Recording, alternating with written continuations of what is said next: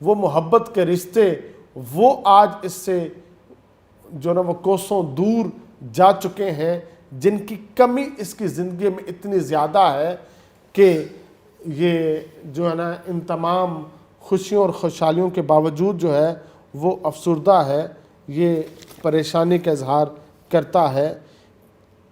تو شاعر نے بڑی خوبصورتی کے ساتھ اپنے اس موضوع کو یہاں پہ بیان کیا ہے۔ عزیز طلبہ، آج ہم نے شیخ غلام حمدانی مصطفی کی پہلی غزل کے پہلے 3 اشعار کیے۔ ان کو یونیک نوٹس سے اچھی طرح یاد کریں۔ یہ جو جتنے حوالہ جات ہیں یہ سارے یونیک نوٹس میں ہم نے درج کیے۔ آپ جب لیکچر اٹینڈ کرتے ہیں تو اپنے ہاتھ میں اپنے پاس یونیک نوٹس رکھیں، ان حوالہ جات کو دیکھتے جائیں، پھر آپ کے لیے یاد کرنا انتہائی آسان ہوگا۔ والسلام۔